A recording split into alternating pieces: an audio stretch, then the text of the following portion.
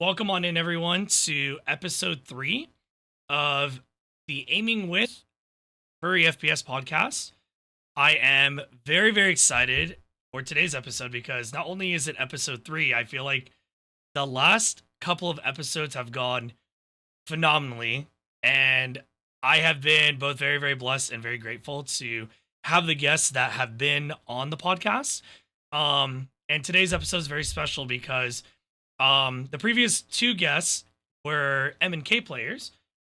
Today's guest is a controller player who is also learning M&K, but is a controller player at as their main peripheral.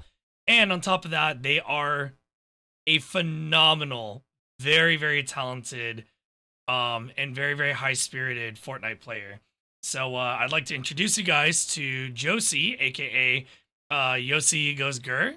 I feel like I've always said Josie's name wrong. But I think it's properly enunciated Yosi, right? I have no clue. People keep saying this and I don't hear a difference. Is it supposed to be Yosi or is it Josie? Josie? I don't know. Okay, so it is I would supposed say to be it's like Josie, Josie. right? Josie. I don't know. People keep asking me this question. I don't hear a difference. What is your name? Tell me your name. I'm just kidding. Hosie. Hosie goes Gurr. Yeah. Yeah. So yeah, welcome on into the podcast, Josie. Thank you Thank you. so much for joining us on the podcast. I am very, very excited to learn and hear more about you and your journey as a very, very talented controller player, but also just a very talented Fortnite player too. So yeah, why don't you go ahead and properly introduce yourself? Well, I am Josie and I go grr on occasion. And that's about it. I play games. Yeah. I have Dang, you fun play doing it. games. Yeah. So tell us what games do you play? Right now, Fortnite, Marvel Rivals, and I'm kind of getting back into a Minecraft arc. Wait, you're getting back Which we'll into a see how that Minecraft arc, really? I got off like 8 hours the other day. No way, that's awesome. I used to play a lot of Minecraft back then, so I Minecraft's good. continuously like having so many friendos get back into it who used to play it, or friendos who are just like getting into it for the first time. So Yeah. I don't blame you getting back into the whole Minecraft arc. Well, thank you for introducing yourself. I'm actually very, very excited to pick your brain on a lot of things because I feel this is just me personally, but I do feel that underneath your very, very adorable and hyper positive personality, I think a lot of people don't realize the amount of hard work that goes into the performance results that you always display, whether you're streaming or whether you're playing with like me or other friends and whatnot. Everyone knows that when they hear your name, they're like, oh my god, Josie is so cracked. They are such a good player. Like it's always just like something in that sort of fashion. And I'm very, very excited because we get to like celebrate a lot of your accomplishments in Fortnite. I know, and not even just Fortnite, but just in general, and like your journey as like an FPS gamer. So it's actually why I can't wait to delve into it. So without further ado, I'm actually gonna pop the first question to you, Josie, and I just feel like this is like a really, really good way to kind of like delve a little bit more into in depth into the podcast. But when did you first start playing FPS? Like what was like your very, very first FPS game? I think the first time I played like shooters was probably on like a friend's sleepover when I was like 10 under Xbox playing Halo, like Mhm. multi split screen Mhm. PvP. Oh, I think that was really? my yeah. What? No way, Uh, that's awesome. But at home, I wasn't really allowed to play shooters. My mom did not like it at all. I borrowed like GTA from a friend one time and I had to return it the other day because she did not appreciate me playing shooter games. Oh, really? No, wait, so like did you have like very, very strict parents then? Yeah. Really? Wow, so did you have to like be very sneaky with playing a shooter game? I think when I was at friends' houses, they didn't really care as much, but at home, it was, yeah, not allowed. Oh wow, okay. I guess like with that being said, then like what to kind of expand on the question a little bit more, what was like the first shooting game that your parents kind of allow you to start playing since they were so strict with you? Honestly, none. I moved away from home, Hmm. and then I bought my own Xbox, and then I started playing COD. Wait, really? Wait, so you started with COD then, as after you had Yep, moved out? yep. Wow, what Call of Duty was it? Do you remember off the top of your head? Uh, it was one of the more futuristic ones. I can't remember the name. Oh, was that Advanced Warfare?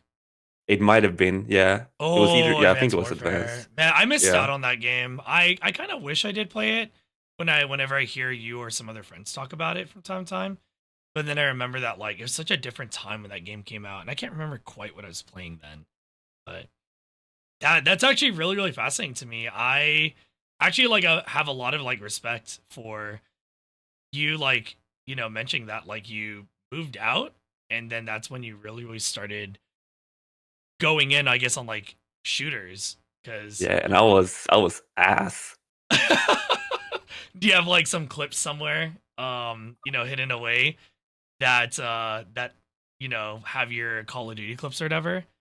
Not Call of Duty, but I have like my first Fortnite clips from Xbox. They're available on a website. You can look up your Xbox username and you can see like your old clips and stuff. So I have my first Fortnite clips from Xbox, and it's bad. What? No, wait, dude. I want to see them sometime. I mean, it'll be a trade for trade. I'll show you some really really old scuff clips of mine, and then you show me yours. Yeah, I'll link you to it, but it's like it's not good. It's really bad. You say that, and I'm gonna like watch it and be like, dang, you're still popping off, even though you're being like, nah, I'm bad, or like it wasn't as good or whatever. That's actually really really cool though. Cool. I guess that actually ties into my next question, which is, um, so you mentioned Call of Duty being or Advanced Warfare being your kind of like first FPS to like really really start kind of going in on. What would you Mhm. say was the first shooting game that you started playing ranked mode? I think it must have been Fortnite, I think. Really, Fortnite? I mean, it is a pretty old game. It's what, seven For years old ranked, now? yeah. Yeah, I started playing in March 2018. Oh, March 2018. Dang. Okay, so yeah, I mean, like you got like 7 years under your belt then of playing Fortnite from the sounds of it. So, um, you know what I actually find like really really endearing about that is that so in that time frame, I've now known you for what, like 2.5 years, or is it like 2 years or whatever? Like when did we do that like tournament? It was chapter 4, It was so April 22nd. April 22nd. Dang. Okay, so April 22nd of what, 2023, I think, right? Yes. Wow, so yeah, it would have been about 2 years then. Yeah, it's actually funny too is I don't know if you have the stream up right now, but um the clip of when I first met you or encountered you Yep. was literally I just put that playing. in there. I'm so happy you threw that in there because that was actually like really really clutch too. Regardless of it being like a casual tournament, it was still cool as hell. So I think I remember knowing it was your team and I was trying so hard. where were you like freaking out, just like, oh shoot, this Yeah, team is when I got the alive. knock on you, I was like, oh my, we can actually win. Yeah, that's. I mean, like, I don't know why you're scared of me. I was a very very bad Fortnite player. You should have just been like, yo, No, I'm you gonna were, it kill was this like team. everyone. No. I feel like I was so bad 2 years ago. Like, I mean, like, I'm still nowhere to the level I want to be at in this game, but that's kind of the fun and why I play it so much is like I'm always looking to improve. So you didn't have to be afraid of me back then. So you say that. I mean, I'm spitting facts. Uh-huh, yeah. I actually want to tie in this next question then because this is all the segue, the segue strategy, but um When did you? Oh, what's the highest rank that you've accomplished in Fortnite? Top 100 in normal zero build. Dang, top 100. What was the placement again? You got like 60 something, right? Or was it like higher than that? Or I mean lower than that, I mean. I think I just got to top 100 and then I stopped playing as hard. I was just happy getting top 100 and then I kind of took a break.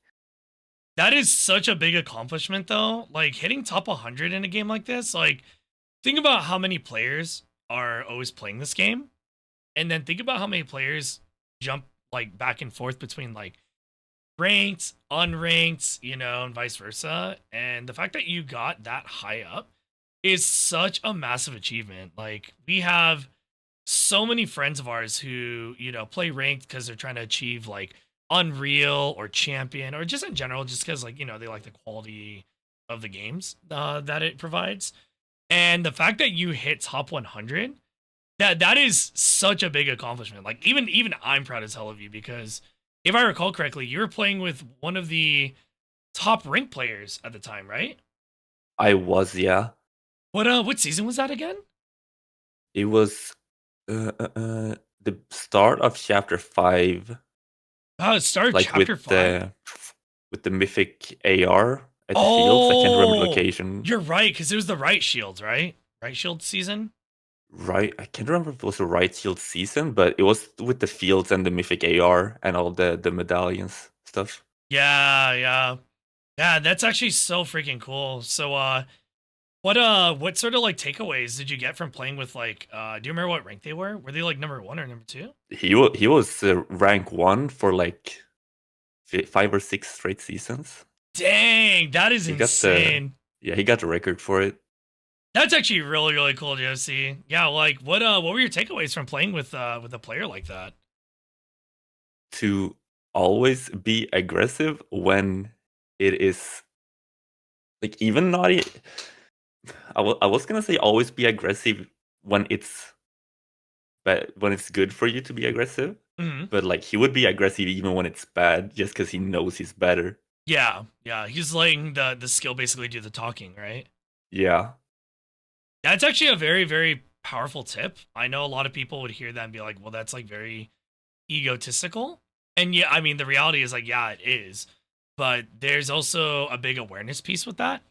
In that if you are making pushes, knowing that your skill is going to, carry you through your decision making following along with it, I feel like there's a big reward factor, and that kind of shows with a player like that who's ranked number one multiple seasons in a row. That's actually yeah. really really cool. Have you? I mean, it's gonna be a silly question, but I'm trying to speak on behalf of those who have not seen your skill or are hearing of your name for the very very first time. But um, do you feel that you've improved vastly since grinding with the number one rank player? I feel like I don't know if I've improved much, but I definitely learned stuff that I was not thinking about before that, Yeah. about positioning and yeah, just a lot of things. Because I knew how to shoot, but there's a lot of brain still, even with just being aggressive. There's still brain in how to take fights and to put yourself in a good position to win a game. I agree. The thing I find most fascinating about Fortnite is I forget which player had said this. It was actually very, very recently. I can't remember if it was like a tweet or if it was like a clip or whatever. But I'm gonna try to summarize it without butchering their statement. And it was something along the lines of zero build Fortnite is very much about it's a lot more brain power and a lot of strat. It's kind of like rock, paper, scissors in a way because it's all a matter of like, okay, who's gonna burn what util first? Who's gonna make what move first? And it kind of like is a little back and forth until someone makes the smarter, better, or more aggressive play. And I've actually been, I've always like acknowledged this sort of like style of gameplay that Fortnite is, at least in zero build. And since hearing that statement, it's definitely got my brain thinking a lot more on like that whole aspect that you're talking about where it's like playing aggressive and letting your aim skill or skills in general shine.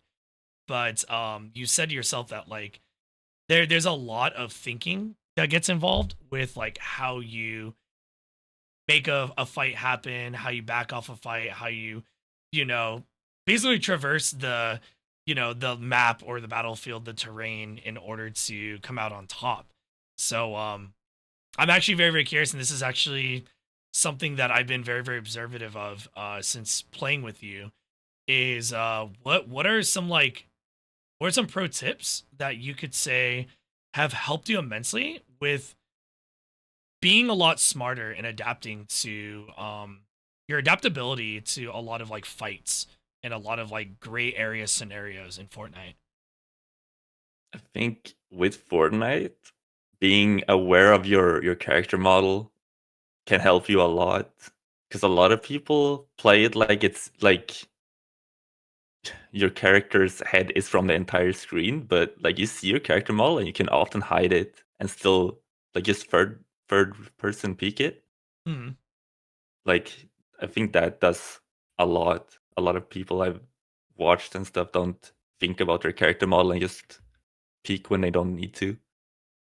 That is such a good point. It's actually funny you're talking about that too, because like the clip that's playing in the background, it's very much displaying your awareness piece on this player that you're fighting.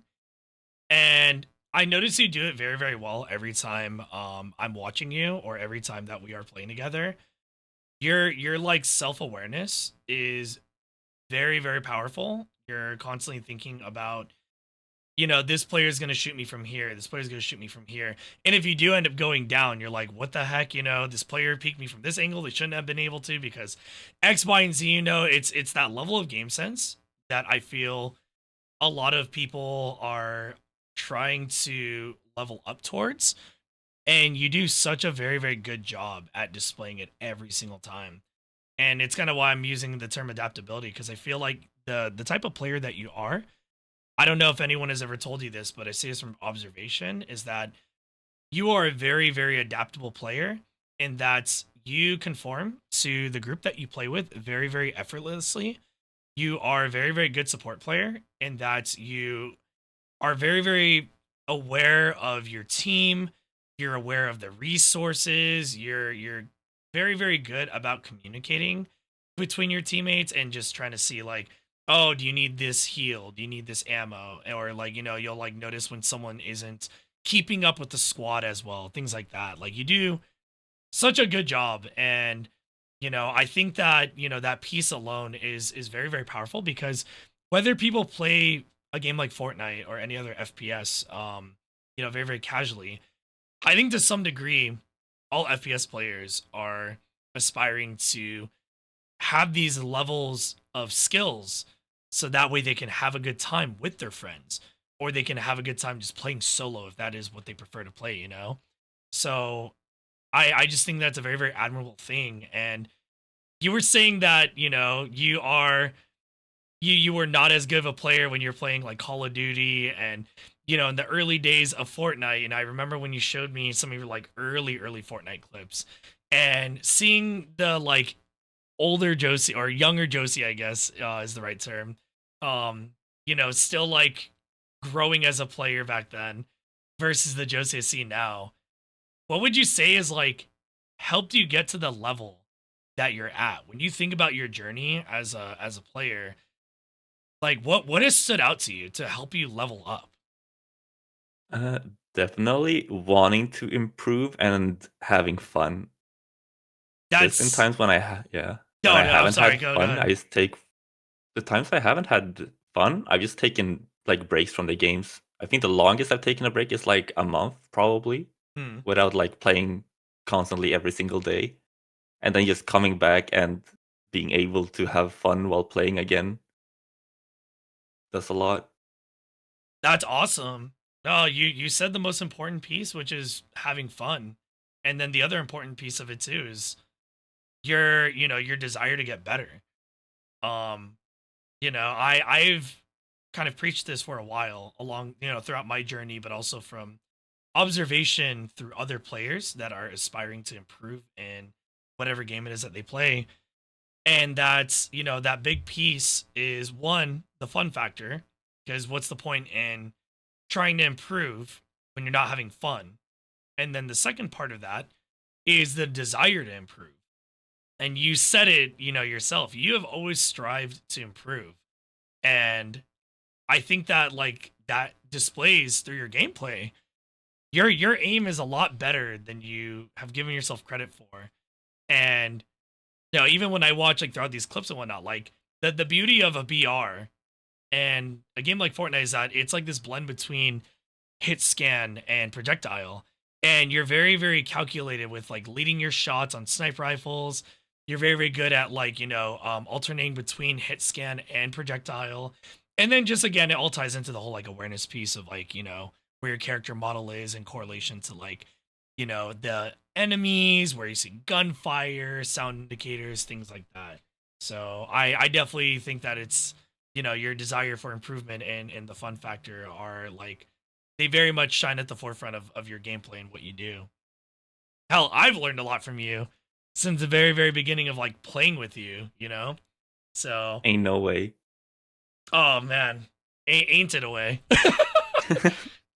Chad and friendos are always like, man, Door is so cracked and this and that and that, but what they don't realize is that like I learned from you, like pretty hardcore. So I did a lot of learning, which actually brings me segue to my next question.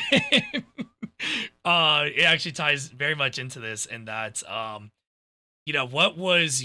are your big inspirations, throughout your journey? And I'm not just gonna like tie it into Fortnite. I'll just say as a whole, but who are your big inspirations to like really, really push and inspire you to become better?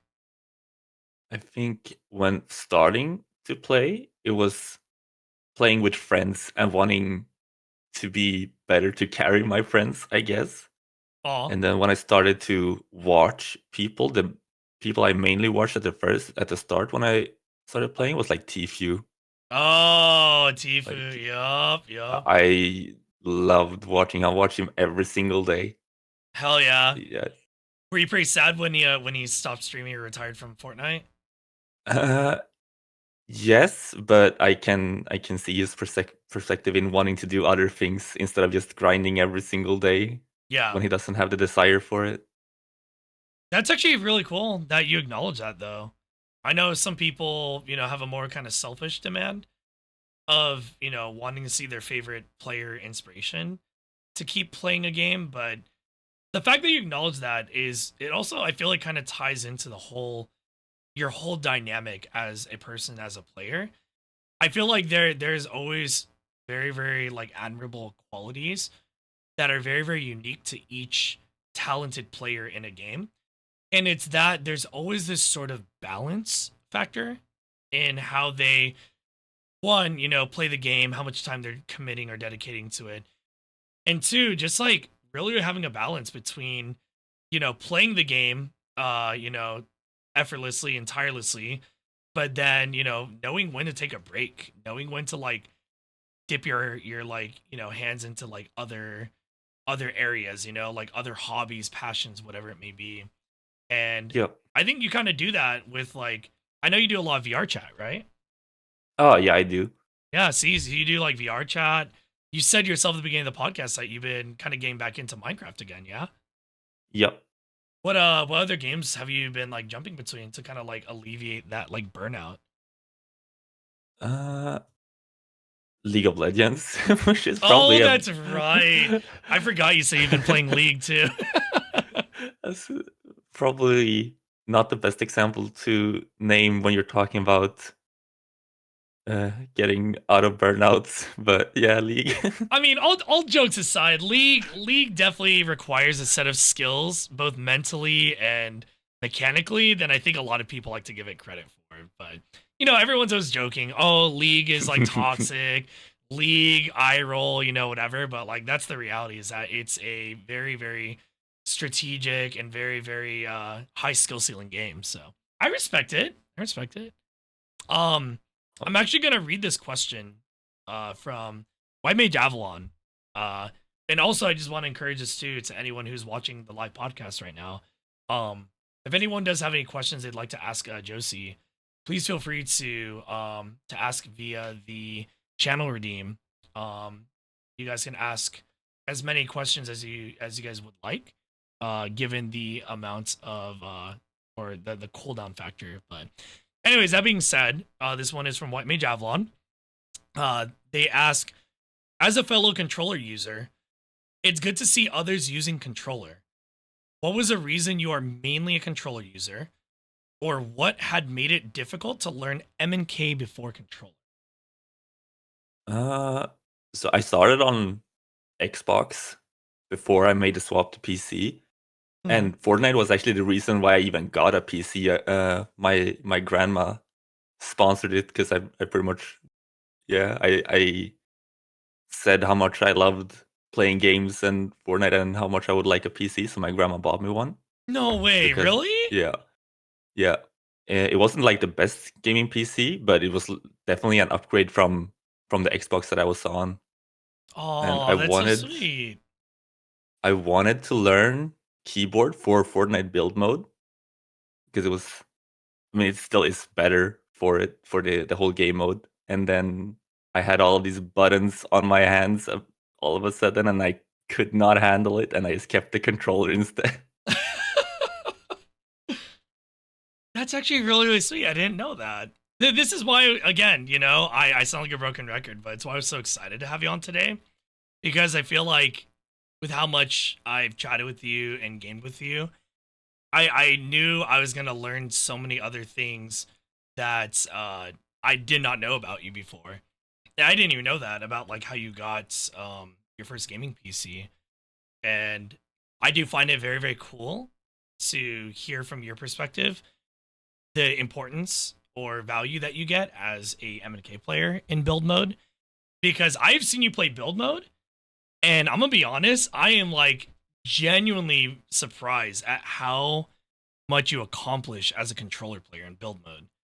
Because I know that they've done some tweaks to the building aspects over, I mean, the lifespan and entirety of Fortnite, and they've simplified it in ways where, like, it's not going to be non-accessible to controller players. But dude, you do a really freaking good job on controller for build mode. I think it's again with just having fun doing it because I like that was the whole reason why I even started. Because when I started playing Fortnite, there wasn't any zero build, so I had a lot of fun playing build mode Mm-hmm. and wanting to learn, wanting to get better at it, Mm. Do you, and I still have fun going back sometimes. do you still miss build mode from time to time? Because I mean, you said you kind of go back to it from time to time, yeah. Yeah, I do. I mean, it's like you get the feeling that you want to play it, and then you go in and you get bodied by some 12-year-old, and then it's like, okay, I can go back to zero build now. I love that you said that because I do watch a pretty decent amount of Fortnite players now, zero build players all, and there are times where they get kind of like bored of zero build, and they'll like jump back to build mode, and they'll, just as like a long time veteran player, they'll be like a natural at it, minus like some like little edit flaws here and there. And then they encounter that player you're talking about, and they're just like so over it so fast. Yeah, yeah. When you go back to build mode, do you jump onto M&K for it from time to time, or just purely stick to controller? Always controller. I mean, I know my binds for keyboard, but I don't have the muscle memory, so I can't actively think about what I'm doing and play the game. And yeah, it's just too much work, so I just do controller instead. For sure. That so actually this ties into you're just talking about like the peripherals. This ties into that. What's your grip on your controller? Have you ever thought about it, or like acknowledge what type of like controller grip you hold? I didn't even know that there was different grips for it, Oh, did but you I not? can. No. Hell yeah, no. I mean, Oh, wait. We need like claw. yeah, like That between would claw and then there's like classic, I think, and then God, I'm trying to remember what the other one is. I think it starts going to more like the button layouts, but Yeah, I just know that there's like claw grip, there's like hybrid, and then there's you know normal slash classic, I guess. Well, I don't play claw, and I only use my my pointy fingers for like the back buttons. Oh, okay. Oh, wait. So I'm visually holding a controller, and I mean, I could just grab my controller here and think about like how I hold mine. Um, I think I think we're pretty similar. I think we both play on like a classic, which I know a lot of controller players would hear that and they'd be like, "Oh my god, no way you guys play on on classic grip and you guys accomplish what you do, But I mean, let's be honest, like it's really just preference, right? You just kind of do what feels natural for you. Yeah, I tried playing claw when like at the start of Fortnite when people were talking about how it was just better, and I couldn't do it.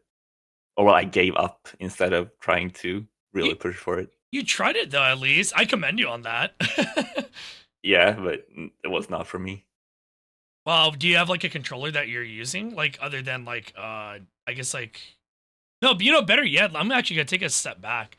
What type of controller do you use? Do you use like an Xbox, PlayStation style, or do you use like Just a standard Xbox One. oh really? Oh, so you prefer Xbox then?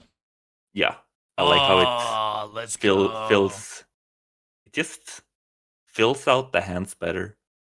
I agree completely. I grew up on Xbox, even though I had like all the consoles thanks to my dad. My dad was a big gamer, so I have him to really blame for becoming a the obsessed gamer that I am with hyper competitiveness. But I always gravitated towards Xbox controller because I don't know, I just always really liked how naturally what'd you say? You said it was like filling, right? It like filled out your Yeah, hands better. I'm just like I'm controller or Xbox controller until the day I die when it comes to my controller. At least like PlayStation was a PS5 has done like a very good job at upgrading their controller, but I still prefer Xbox 4, heck sure. yeah. What type of like Xbox controller do you use? Do you use like a standard one, like Microsoft brand, or do you use like a third party one? I use a standard Microsoft brand, a pink one. Really? Wow. Have you ever had like any like third party one before? Not third party, but I did have an Elite controller before it broke, but I never used the back paddles that's on them. Like it felt better holding, like the quality of it, but Mm-hmm. I didn't use the paddles, so I didn't think it was worth getting a new one just for the grip stuff. Yeah, because the Elite controller is like a pretty big price spike, right? Like, isn't it like Yeah, $50 or $60 more? It's like twice. yeah, it's pretty a lot more expensive. I don't know the US market price, but yeah, I think I paid like double as I would for a normal controller. I probably would have done the same. I feel like just the regular one's already so good, unless like you Yeah, really take advantage of the fine tuning. Like, what you can like raise the length of the sticks or whatever, and I then they think have so. like And the little yeah, grips or something like that. I think the main thing is like the built-in paddles on the back that you can macro. Oh, that's right. I forgot you could do that on that controller too. Yeah, Dang. that's why it Okay. was like as well like really good for build mode because you don't the main thing why it's bad playing build mode on controllers because you have to constantly swap your thumb between looking around and like building and stuff and going into build mode. Mm, So being able to use the paddles for it would be really good, but same as with keyboard, I couldn't yeah. Yeah. rewire my brain. I just realized is that one of these days when we're playing Fortnite together, we should like do a peripheral swap where I play on Oh, controller and you play on M&K, and we just see how we do. oh, Because I think I've okay, only done yeah. it once. I did it with Azel when I can't remember what was up, but like we played on the PlayStation. I think it was just because like we wanted to vibe on the couch or something, and he played a little bit on controller, and then I picked it up, and oh my god, dude, it was it. Some would say that like, oh, it's like riding a bike. It's like kind of, but No, not really. It's very jarring when you're making a hard swap when you know a game, a very specific way. yeah, I think especially already playing a game and it's really annoying when you know what you want to do and you just can't do it because you don't play the input. Oh my god, I know that frustration so well. That's also me on like Apex back when I was playing it competitively. Or not competitively, but like full time was like whenever I would swap because like I had to redeem to do controller. Dude, it was that same frustration. Like I know what I want to do. I know what I need to do, but I can't do it because I feel like I'm walking on my hands or something, you know? Yeah. um so I actually want to like kind of tackle some like educational pieces for those that are maybe trying to like level up or they feel like they're like hitting a wall on their climb in the game. But what's like some big pro tips that you could provide to anyone on their rank grind? Like what has helped you tremendously with climbing ranked? Uh, being aggressive as well. Like even before I played with the number one player and Mm, even being more aggressive, like just being aggressive in general. I think in terms of getting rank points, it's more worth in the long run mm. because if you get one big high kill game, it's gonna be more worth it. But also just for improving in general, being aggressive will help you a lot. I agree. What would you say? So let's say that like, you know, you are playing aggressive and you know, you're like heating after your advice or my advice or whatever. I'm like, yeah, play aggressively, W key more, whatever. Um, so let's go like a little bit further than that. Like, what has helped you, or what tips would you give to someone who's like making very aggressive pushes, playing more aggressively overall, like in their games? It's resulting in them getting maybe a few kills here and there, but they still feel like they're struggling. Like, what would you say to like help someone like overcome, you know, the pushes that are resulting in their losses, you know?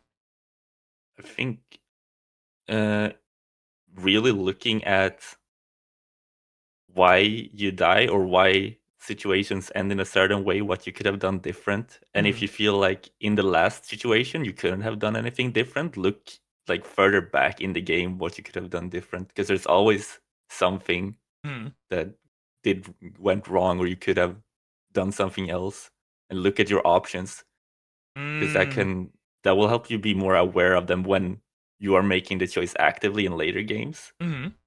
to be aware of what you can do and what your options are.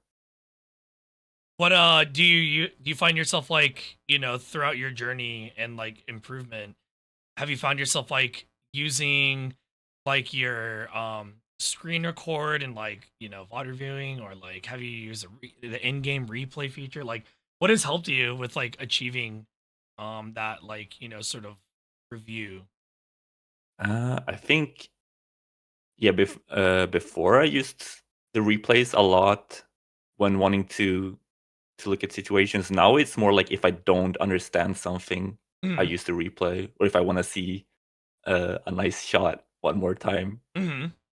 But I think I can pick apart most situations in my head now without having to use the replay. Like I can understand. Okay, I died because I did this stupid shit. That's actually really fascinating. You're a very visual, I guess you could say like thinker, visual thinker and player when it comes to like, you know, reflecting on like moments and whatnot. I think that what I find very fascinating about that is that, you know, I have talked a lot about this like both on stream and then also in previous podcasts that like the power of VOD reviewing is so powerful. And I definitely do think that like in some sort of, you know, fashion, if a player is provided a tool in game to like, you know, review a replay or anything like that, like it is so valuable.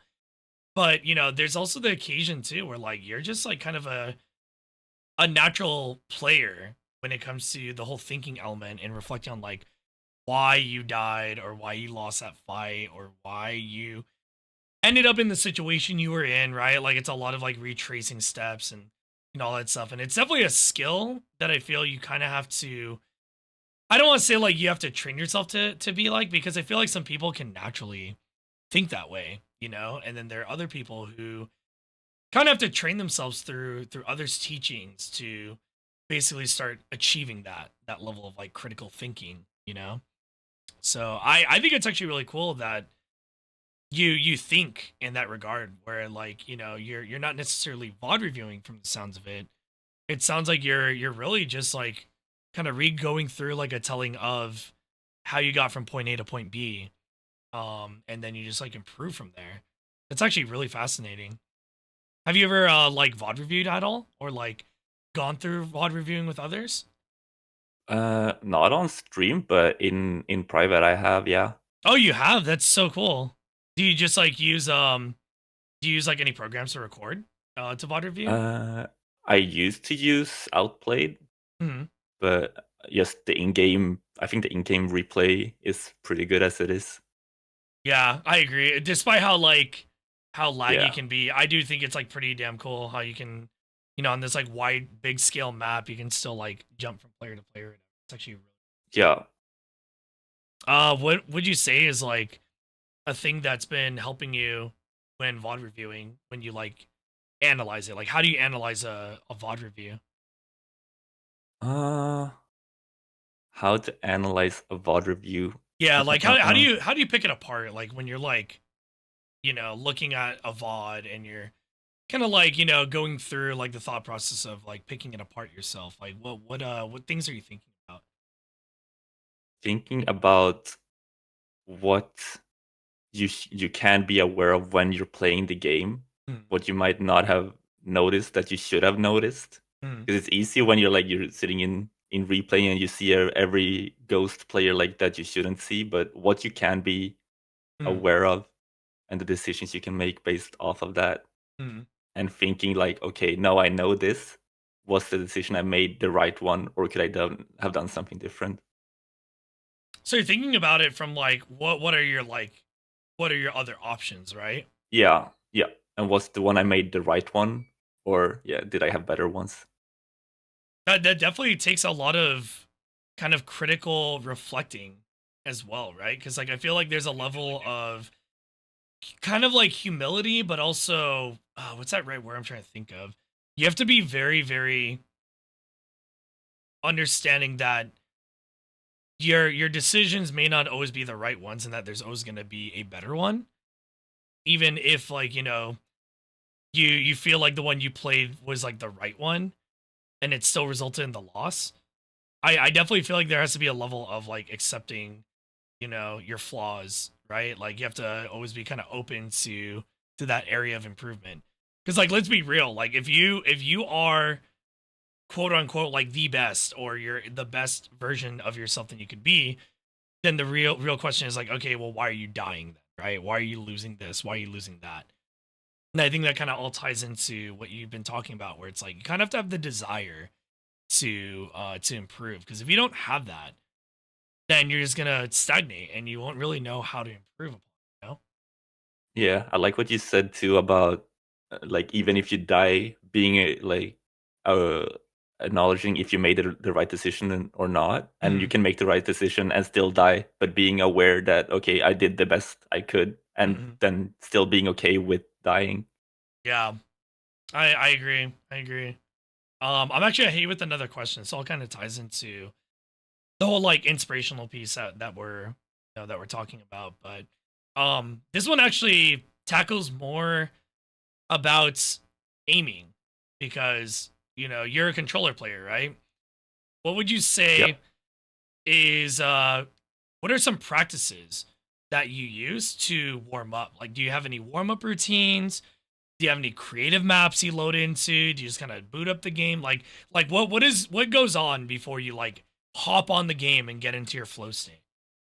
I think I used to play a lot higher sense, Mm, and then I it needed a lot of keeping up. I played exponential as well, mm. which I think needs a lot of constant shooting and practicing, and yeah, it goes a lot more into it. And then I swapped to a lower sense, and now I don't need to warm up as more. Like it's really easy to just get on and play, which I like Oh, a that's lot more. awesome. Like it's not as good for like actually playing the game As in, I'm not as adaptable when playing, but it's Mm-hmm. a lot easier to just get on and play. For sure. Did you used to have like some warm up routines that you used to use before you got to your Uh, like current sense? yeah, I used to just get on and into an A map and shoot dummies flying through the air. Oh, And, really?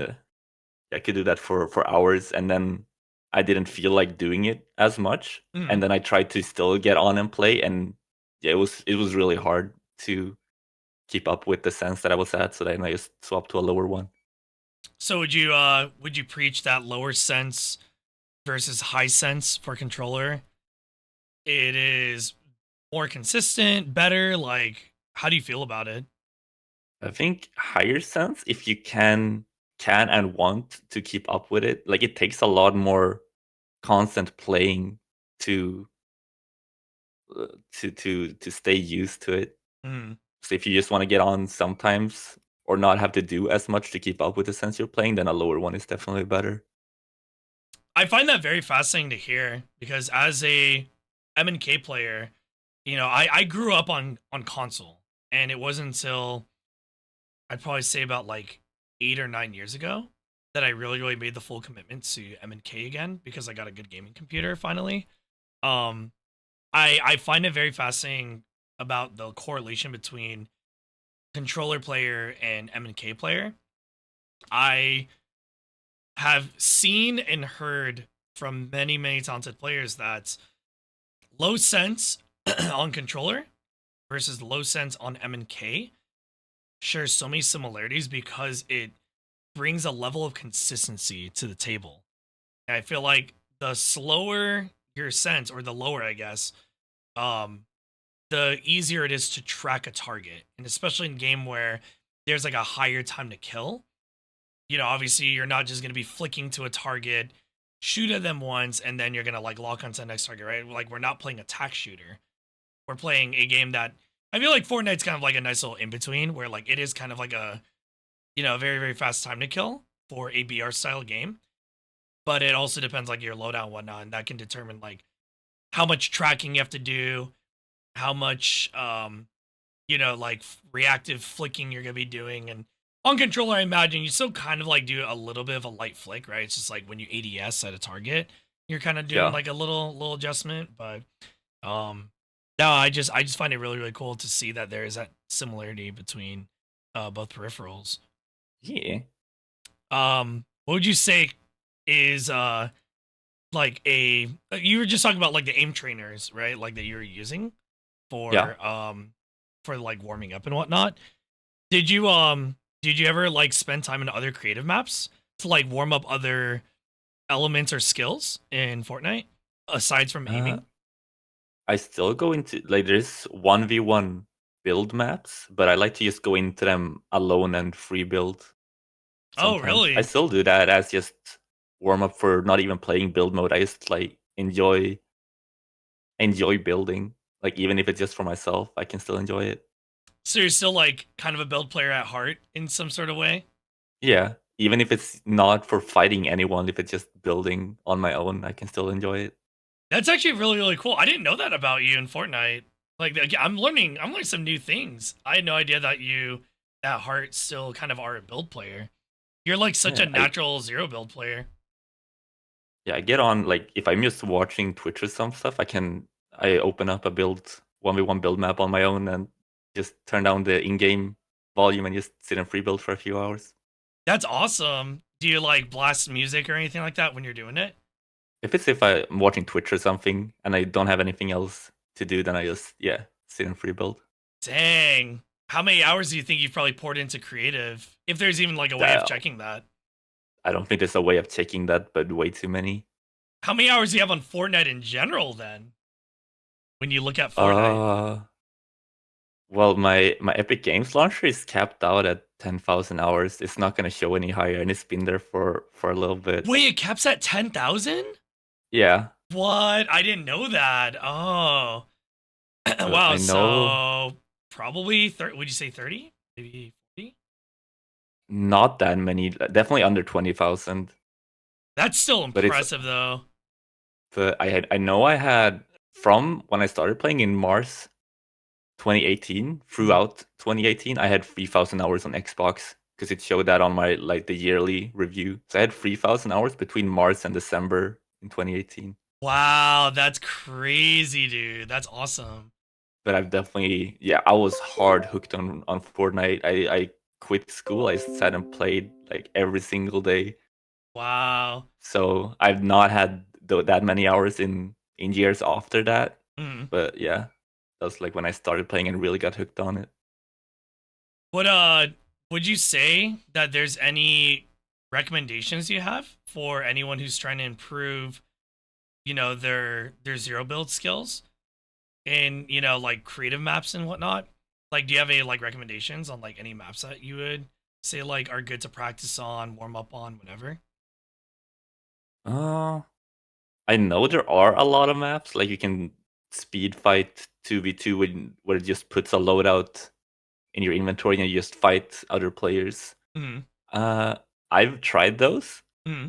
but I don't know. I know a lot of people like them, but it's not for me. I Mm-hmm. don't enjoy how they're played out. I prefer just playing the game. Do you feel like it's a little too controlled of an environment or whatever to where there's like no Yes. value? Yes.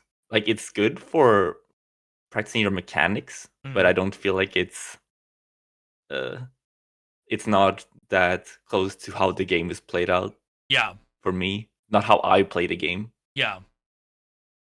That's actually really, really good to hear because I feel like every game suffers from that same thing, especially in a game like a BR, where if you have very, very controlled environments, it takes away from the naturality of, is that even a word? I feel like I'm just creating a word right now. It takes away from the level of natural encounters and fights and factors that you are going to come across when you are fighting on an actual BR map Yep. versus a like, all right, well, here's your loadout, here's the small arena and so forth. Like you said, it's more of like a practice of like upgrading your mechanics, right? Your mechanical Yeah. skills. But I guess it kind of boils down to like the philosophy of just play the game, right? to Yeah. to get better. I Like don't, in those maps I get destroyed. I But it's also like I don't have fun playing them. It's not what I really want to improve. It's not what I have fun doing, so I yeah. don't play them. That's actually really, really cool to hear because I know that there are a lot of people who will kind of like live and die by creative maps to like improve as a player. But I mean, you said it yourself, and I actually hard agree with you on this. That playing the game is always gonna be the best way of improving, especially in a game like Fortnite, where there's just way too many random elements that tie into like being a good player, right? Knowing how to deal with or counter all these weird situations, and they're just like things that you just will never pick up on a creative map, unless like it's a creative map Yeah. that's like what, like a representation of BR or something like that, and even then it's still Yeah. like not the way that the game is meant to be played, when you're playing an And actual BR. it can still help you with certain skills, but it if you have fun doing it, then it can be good for you. But I didn't have fun, so I don't want to play them. I Yeah. don't. Yeah.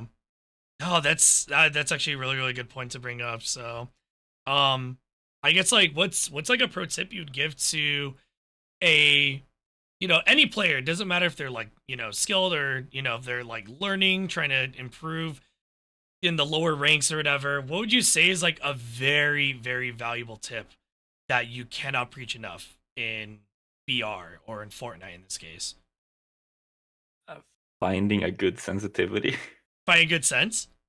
Yeah, I think that does a lot Mm, to find. Yeah, and if you're struggling with finding a sensitivity on your own, then look at some player that you look up to and look what sense they have. I started out with copying like pro player senses and then just adjusting from there. It's a lot easier when having something to go off of instead of just finding everything on your own. yup. I think having a command or at least some sort of like informative area where a player can look up, what a player senses or whatever. It's so valuable for that exact reason because everyone has to start somewhere, right?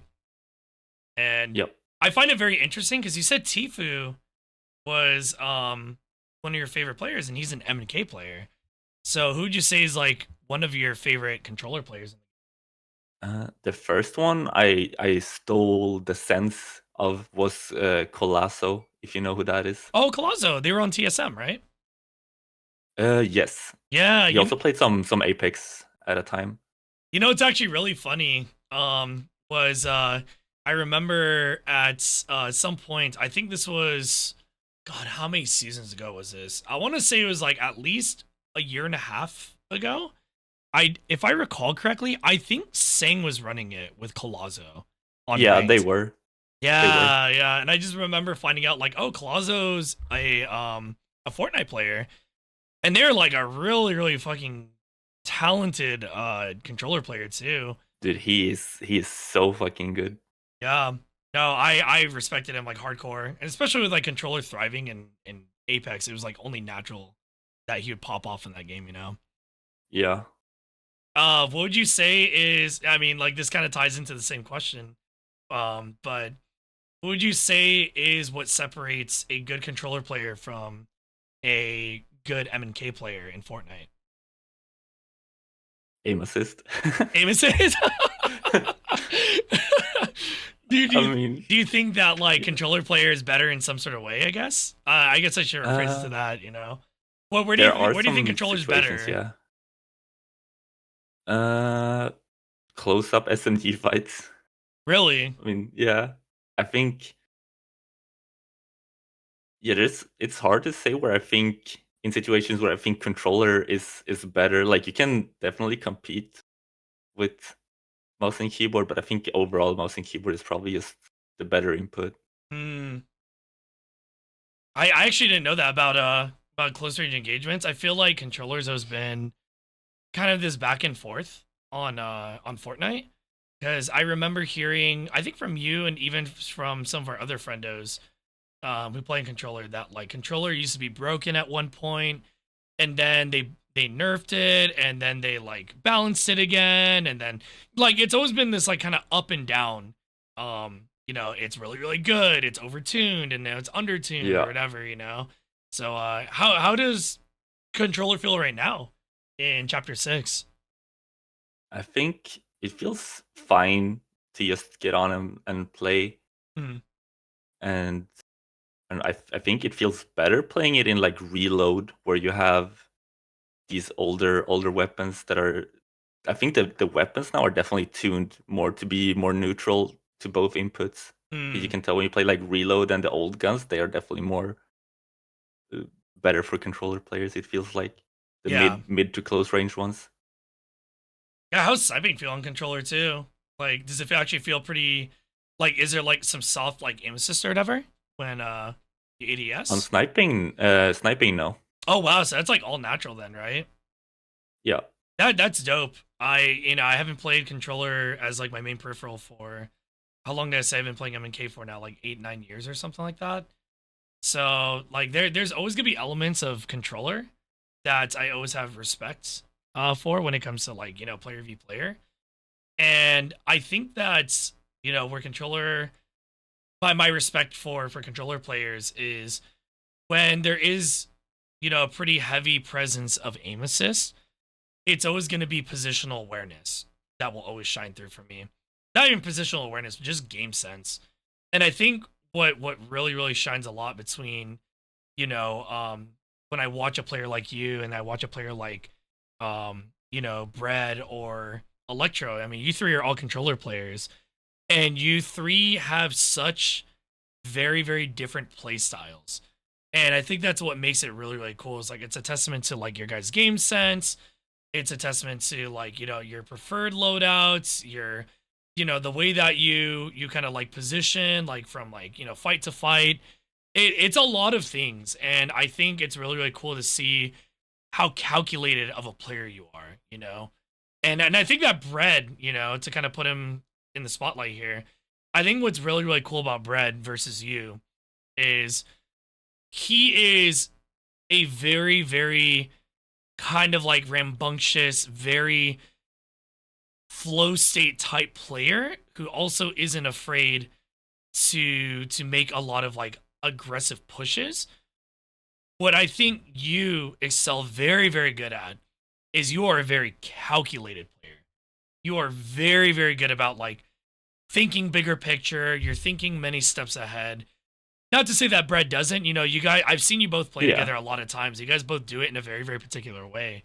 But I think it's what makes it so distinctly different from like both you guys being on controller and how you guys both, you know, approach the game and a lot of like, you know, higher tense and fight situations. So I just like more of like a self analysis on like what I think really, really shines between both of you guys. You guys are both very, very different play styles, but you guys mesh so well because you are both smart players. You just it just very, very much depends on like the situation and how you guys like, you know, utilize your brain power and your experience and all that stuff, you know? So Yeah, I think it's also coming down to how you enjoy playing the game and playing to your own strengths, realizing what you are good at and playing to that. I guess on that note, like what, you know, I'm gonna kind of put the spotlight in front of you here, and I'm gonna put a mirror in front of you. If you were to be as brutally honest with yourself, what is a big strength you feel you highly excel at, and what is an area of opportunity that you feel you have currently that you need to improve at? I like to think that my positioning is pretty decent. Mm, I feel like I am pretty good at putting myself in good positions to do well from. mm, And then I guess I've been slacking at playing quite a bit recently, so taking advantage of the positions that I do put myself in, I could probably do better because I think I am in good positions a lot, and then I don't I don't perform from them. mm. So it's like a little bit of a double edged sword, right? Like you feel you're very, very good at your positioning, and then you feel like you have some areas of improvement when it comes to that, right? Yeah, No, I agree with you on the positional part. I definitely think that the being a little like improper with your positioning can I think that's a very, very kind of I don't fully agree with because I think you're very, very good at it. And I think it really just boils down to how much time you're dedicating to the game. I feel like if you're grinding only Fortnite, like, you know, day after day after day, I think that your positioning is way better than you give yourself credit for. But I also respect the, you know, the openness to like knowing that that is an area of opportunity. But I think that you're a phenomenal player when it comes to your positioning. I mean, uh, it's why you tend to place so well in high rank, and you know it's why, you know, bringing it to the next question, I think you've done good in the tournaments that I've seen you play in, you know, despite like some of the RNG factors, you know, that are out of our element. But um my next question you actually is have you ever won any tournaments or like any like cash cups or anything like that? I did. Uh, so they used to have like the victory cash cups where you qual.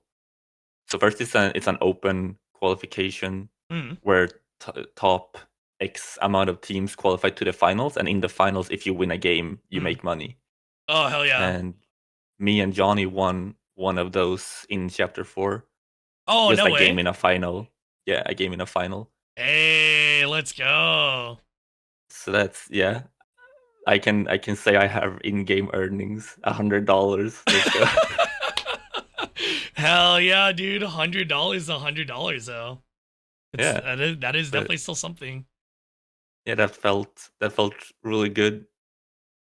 And the thing about the cash I'm happy cups with too that. is that like, you know, even though it's like someone could argue like it's only $100, dude, like the cash cups get sweaty, you know? Like Yeah, they do. they get very, very sweaty. And I think it's a really good area to practice, right? Because like now, correct me if I'm wrong on this, because this is all from observation.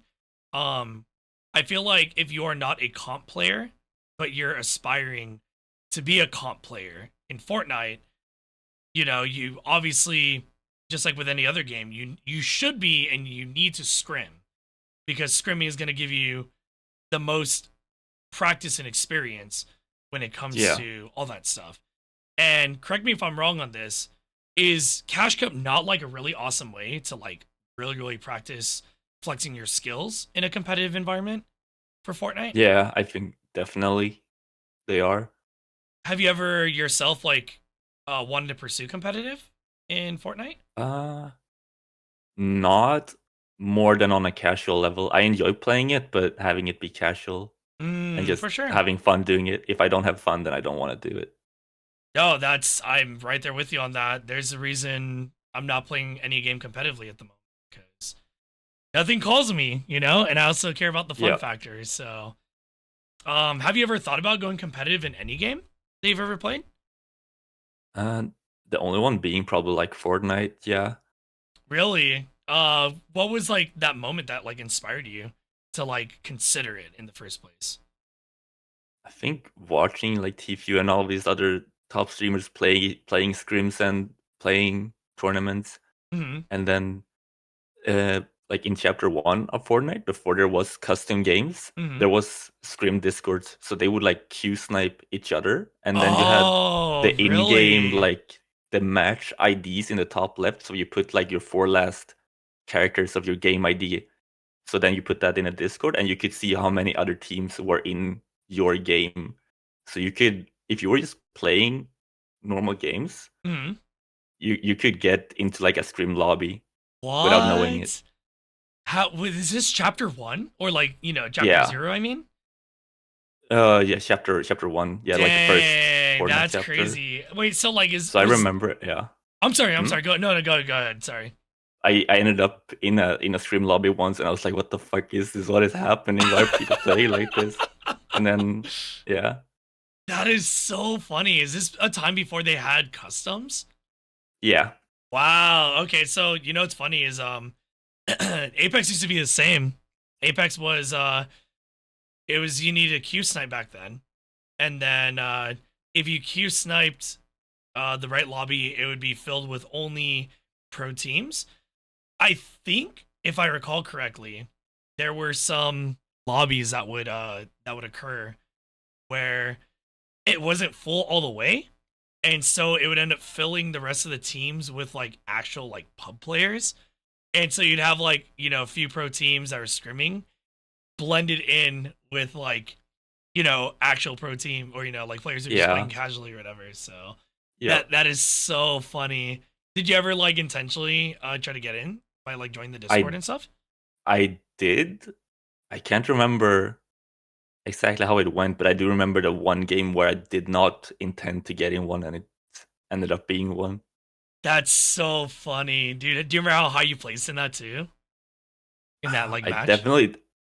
definitely did not win, Hmm. but yeah. But also like competitive Fortnite was very different back then. Like people would just sit in boxes. It was not very much aggressive plays.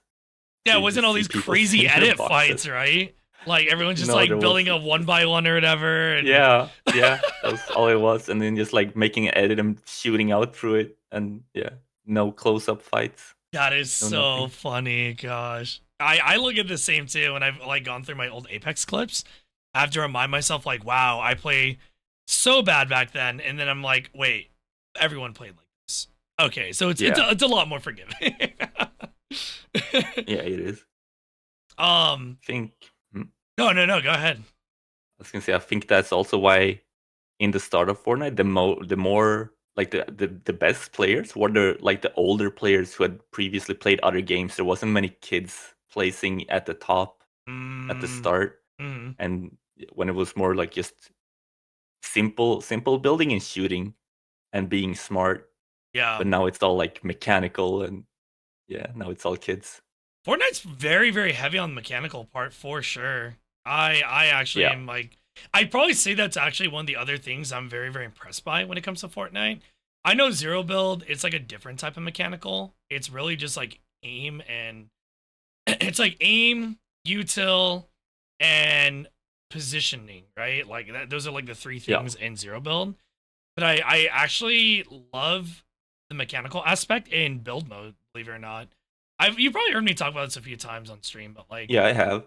Yeah, it's just like it's really really cool to watch like a very very talented build player who's like good at editing and honestly just being like insanely cracked with it. You know, like I watched Yeah. Peterbot stream what like twice or three times. I watched his first stream after placing second in the recent FNCS, and it is such a spectacle to watch like one of the best, literally the best, just like Yeah. effortlessly just editing like no tomorrow and being so good at it and winning every fight, you know, and just popping off in like high rank lobbies like it's nothing. Yeah. And yeah, it's the part of Fortnite that I really really appreciate, you know. I just God, yeah, I wish this netcode was better in the game. I really really do.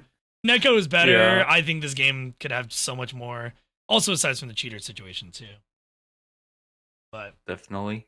um Is flying and I what am is too. a who's like a furry player that has inspired you a lot or like who's someone that you've been like really really enjoying like learning or watching? Well, I think you've been my top watch streamer What? the past year, No like way. since What? yeah. Dude, I don't deserve that. I don't deserve it. Uh, I'm grateful though. I'm really, really grateful. like, it's also like I think it helps with being a full-time streamer and being consistent. Like everyone knows when to find you, so it's yeah, and then being goaded on top, so it's easy to just come in and watch. What? Psh. I mean, I wouldn't be the level I'm at if it wasn't because of you. Or being brutally honest, Oh like hell no. I have you and Slicer to thank, at least in like you know furry Fortnite. Um, and then also Bread. I've learned so much from Bread as well. Bread is such a like good player. I love how like yin yang you both are to each other as like in my opinion like the best like controller Fortnite players in furry, you know, the furry Fortnite community. I just think it's very very funny how like your attitude is very very much, you know, you're very calculated, very methodical. I think that your positivity and your perspective on things is really really admirable. And then you have Brad who's also just this absolute sweetheart, and then you just don't see that in his Fortnite gameplay. He's Yeah, just no. out here crown flexing on people and you know just doing the bread things and stuff. But like he's genuinely such a nice person. So I just think that like you guys are both very there's like so much to learn from both of you guys as Fortnite players, which I think is why you know so many people, so many friendos like you know flock to watch you whenever you are live or when you're sharing your perspective. You know. Also, thank you very, very Wait, much. By the way, I'm gonna take a moment to like welcome the raiders. Thank you so much, Art, for the raid. We are in the middle of the podcast, so I just want to say I heart and appreciate each and every one of you for taking the time to tune in. Thank you for bringing your communities over here. Kick back, relax, enjoy the remainder of today's podcast episode with Josie. So welcome on in, guys. Welcome on in. Who'd you say is like a player in Furry Fortnite who doesn't get as much recognition, but you think is just like really cracked? mm. In terms of streaming or anyone? No, just like in terms of like their skill, you know, like you feel like they're just like slept on, like they're like really really good.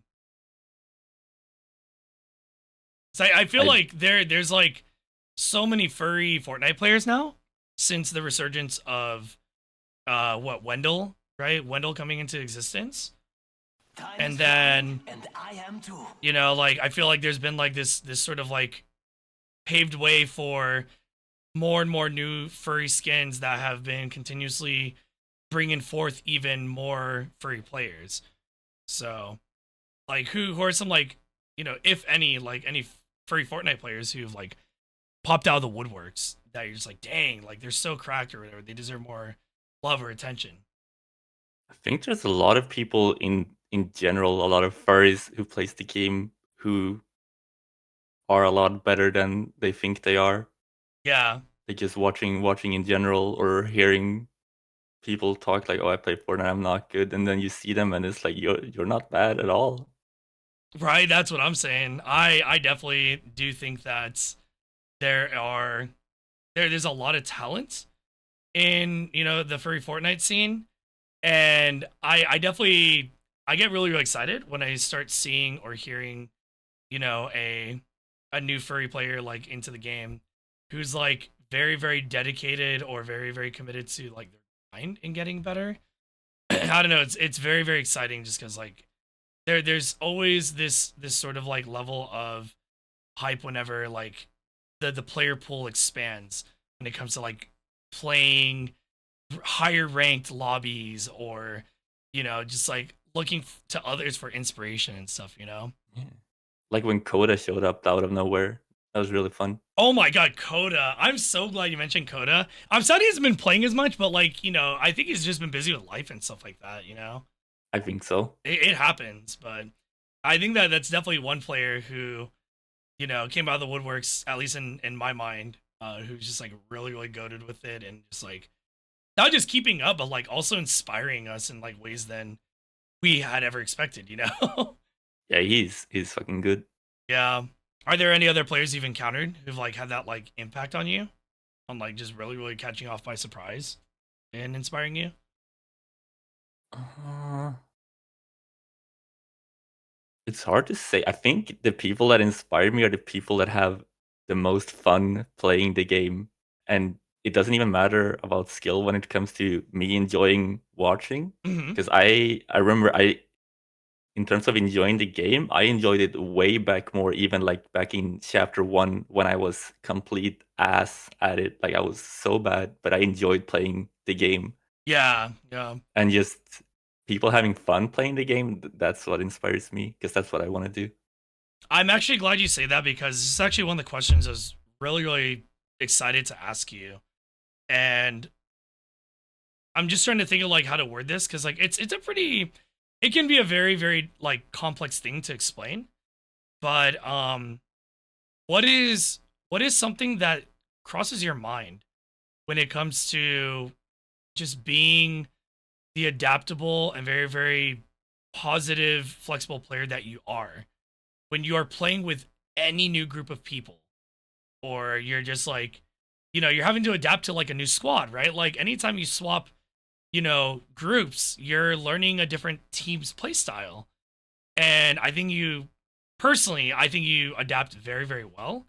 And, I just kind of want to know like a little bit more of like what are some of the like thoughts that cross your mind when you're like, all right, well, I'm playing with a new team I've never played with before. It's time to vibe. Like what crosses your mind when you're trying to adapt to these new friendos or teams that you're playing with?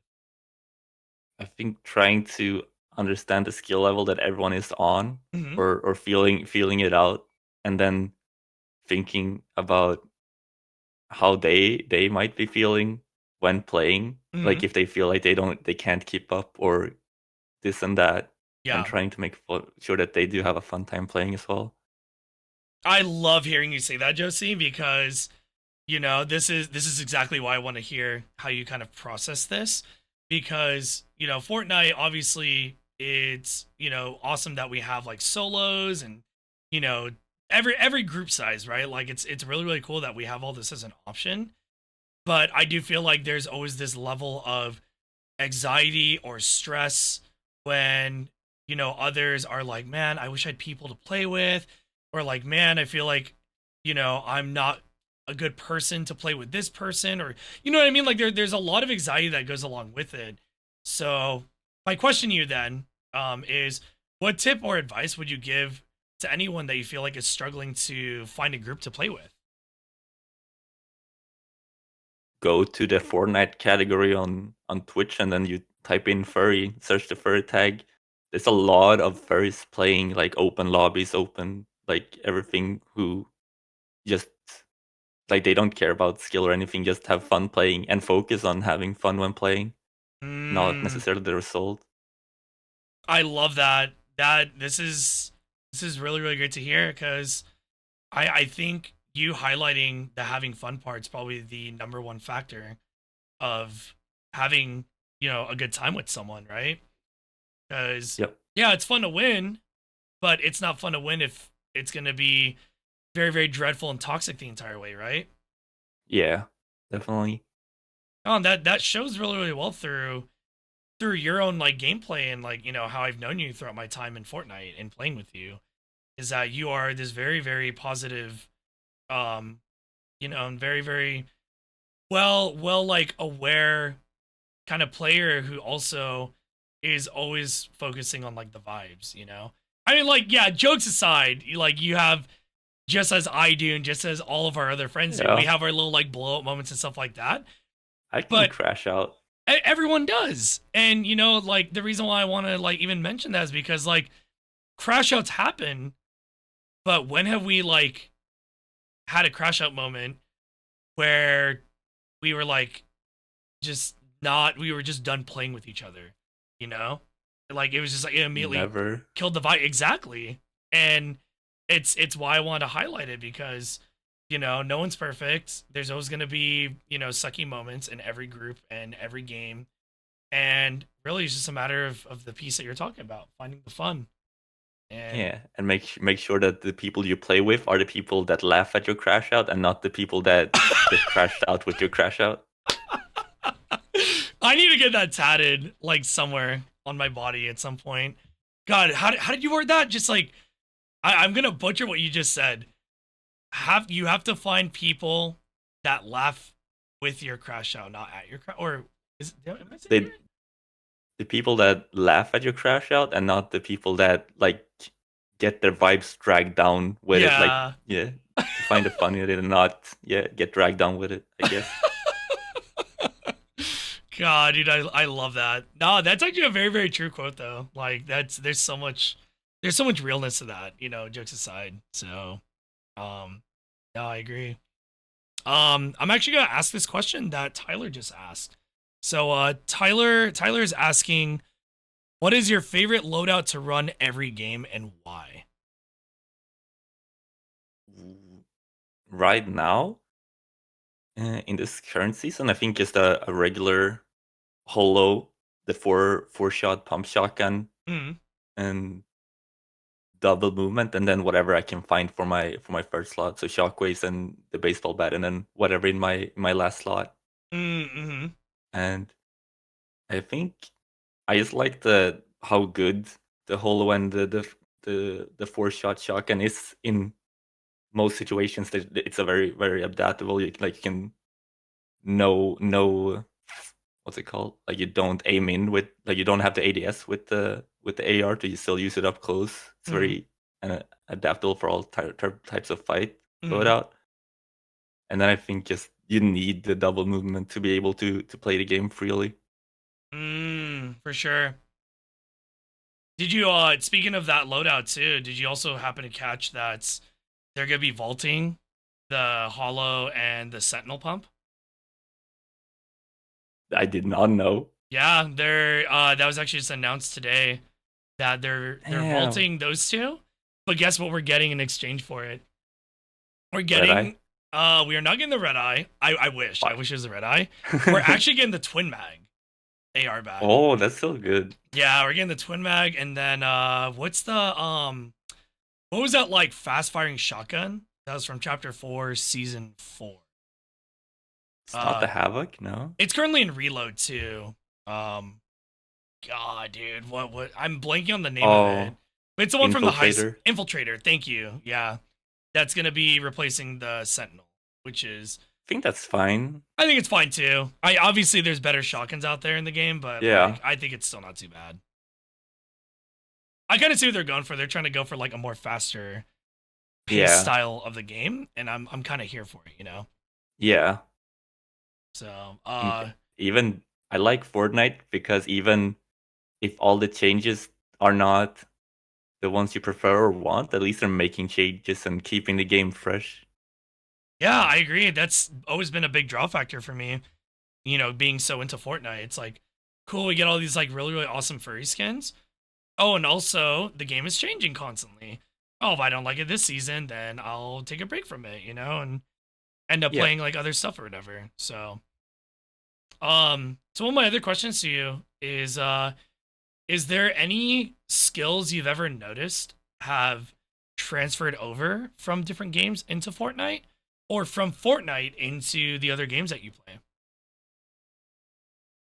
I think after playing Fortnite, getting in on other shooters is definitely easier. Like when I played Apex, I didn't feel totally useless, and I think that's a lot just because of playing Fortnite. Mm, like I'm guessing the BR aspect or whatever, like that's sort of Yeah, like game sense side of things.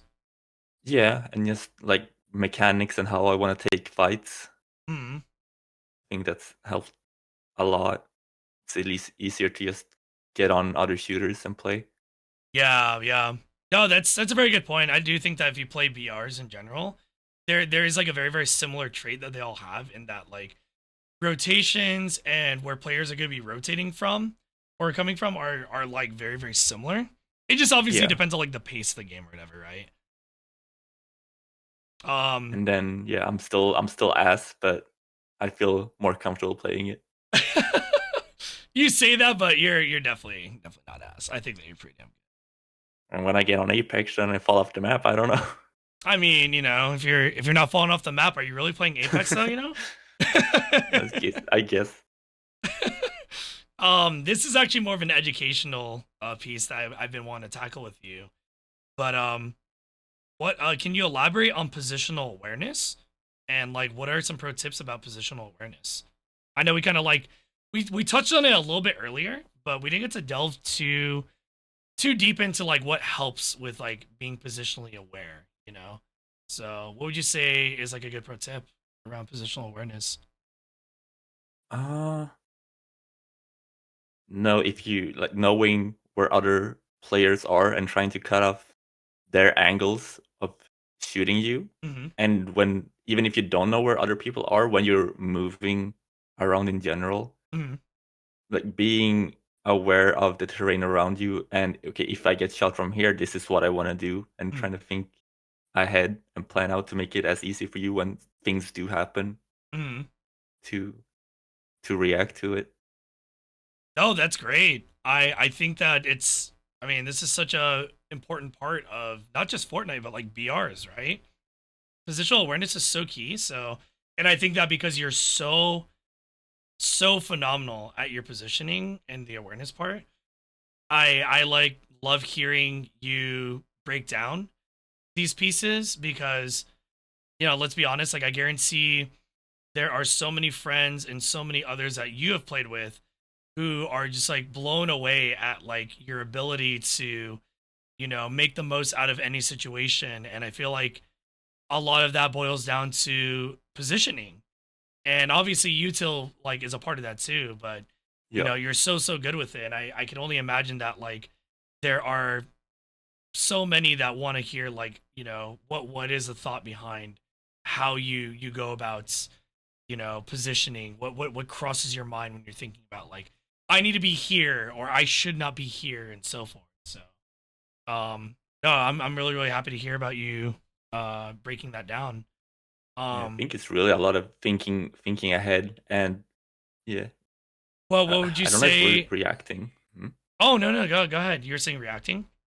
Like, I don't know if reacting is the right word, but like knowing what you want to do when things do happen ahead Mm-hmm. of time. Because I see a lot of people freak out because they don't plan ahead, and that just Mm, comes to a lot of utility waste. And yeah, it's like so really thinking thinking ahead. ahead, like you're saying, right? Like where you're like, okay, so I'm gonna make, correct me if I'm understanding, misunderstanding this, but like to my understanding, it's that okay, so I'm gonna push this guy.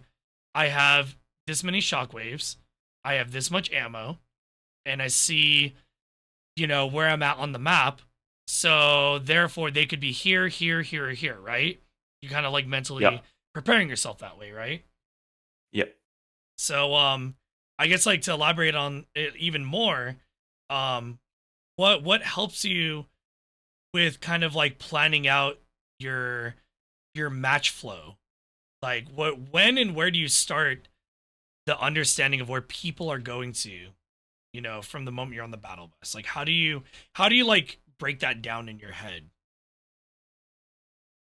I think knowing the main POIs or drop spots, Mm-hmm. and where it's most reasonable for someone to be coming from. And then on occasion, some people are in the most random bullshit ass spots, but that's fine. Oh, you're not wrong too. You know, Yeah. there's a part of that that always makes me laugh whenever, you know, we're playing together or whenever like I'm watching you. Um it's the Josie surprise. And it happens to all players. Any skill level player, there's always a genuine like you know, what the hell? What the fuck Yeah. moment, you know, because like sometimes just people, especially in Fortnite, be doing and positioning themselves in areas that you just don't expect sometimes, you know? Yeah. And it just And that works out for them, and I hate it, but it is what it is. it is what it is. That's the nature of BR, right? Um, Raymond has a question for you. They're asking, what is the driving force that makes you want to improve? I think still having fun playing. That's really all it is. Hmm. Just having fun. It's having fun. And yeah, I think I was kind of getting burned out on Fortnite quite Mhm. a few times, like in the earlier seasons and chapters. And like my IRL friends and the people I play with, they all kind of stopped playing, or not, definitely not as frequently.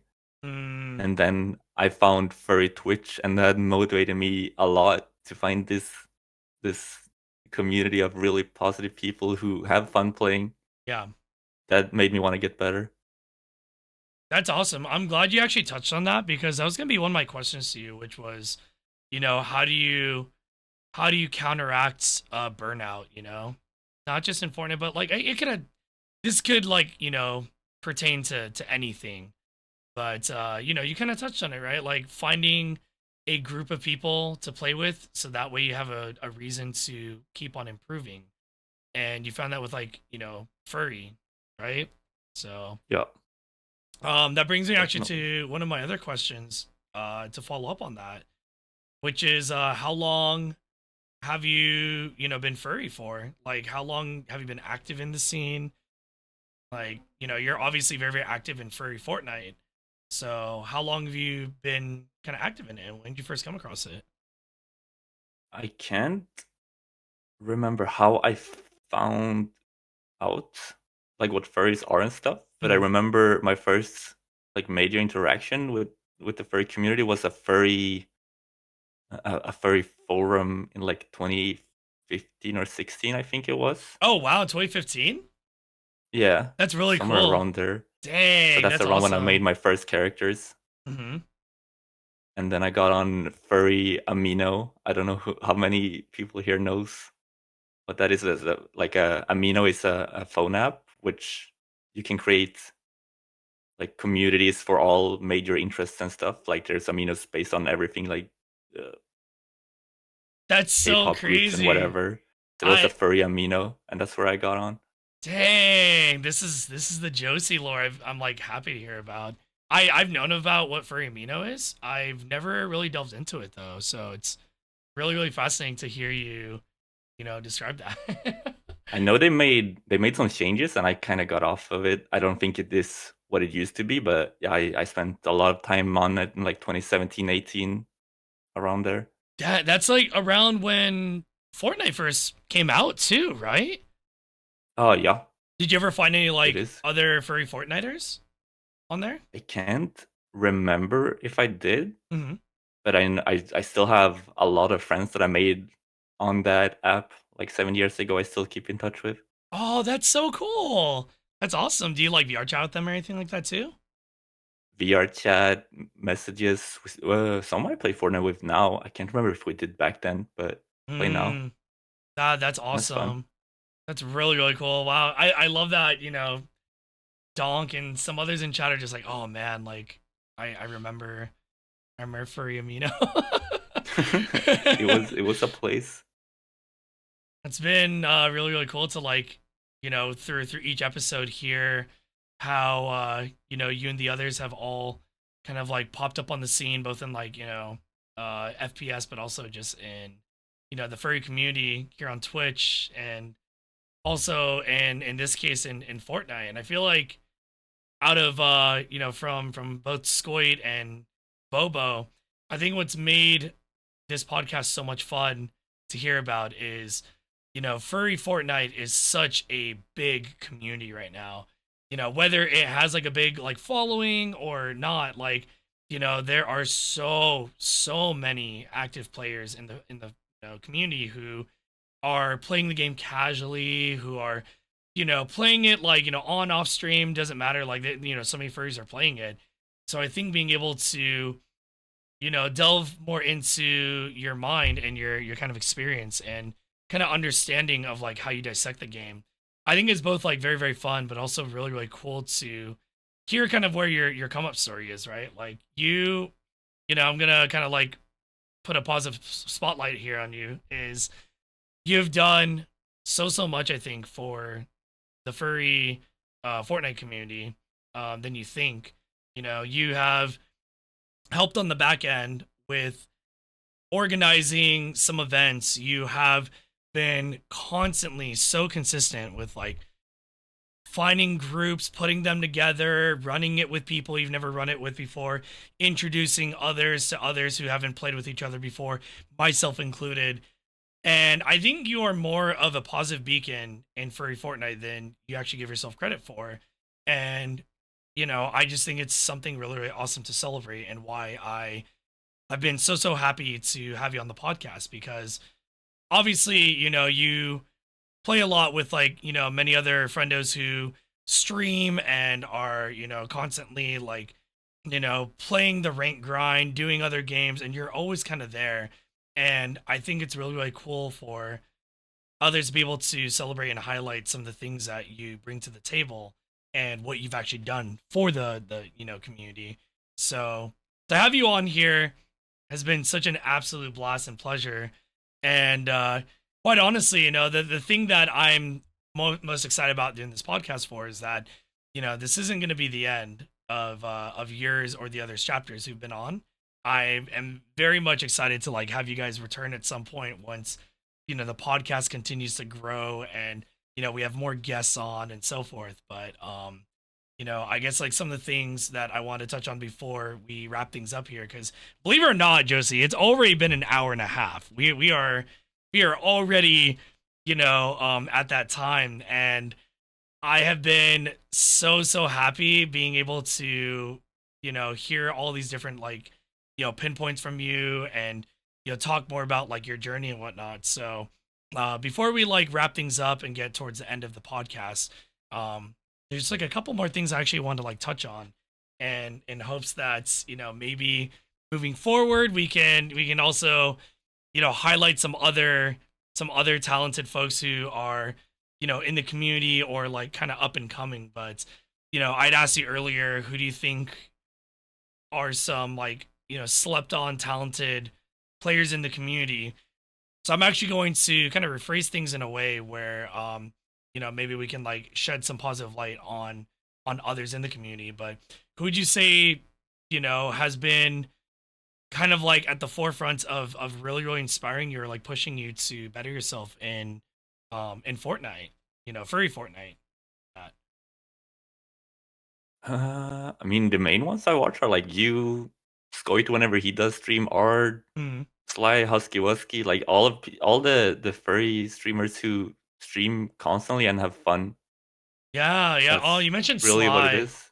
God, Yeah. Sly is such, I'm actually really disappointed in myself because I haven't even mentioned them at all throughout the podcast. But before I met you, I actually used to get friendly stream snipe from Sly.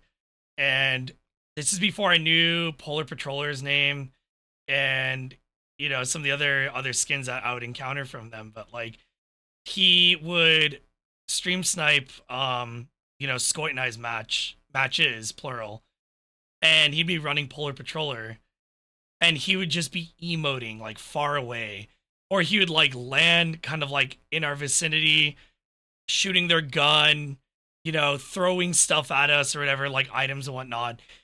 And I remember nicknaming Polar Patroller back then like Mr. Bear or whatever because I didn't know his name. And Sly has always been one of those people who first taught me a lot in the game.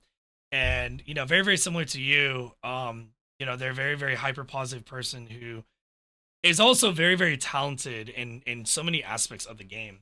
And I'm sad that he doesn't stream as much as he does nowadays just because life and whatnot. But Um, I agree that like he has definitely been a big part of that journey, as well for like both me as a player and also as a person too and streaming. So it's really cool to hear you like mention them as well.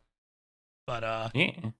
I'm like very very ecstatic to to like have you on. I'm looking forward to having some other goated players in both Fortnite, but also just various other games, also on like controller and so forth, like just to have on the podcast to celebrate what they bring to the table.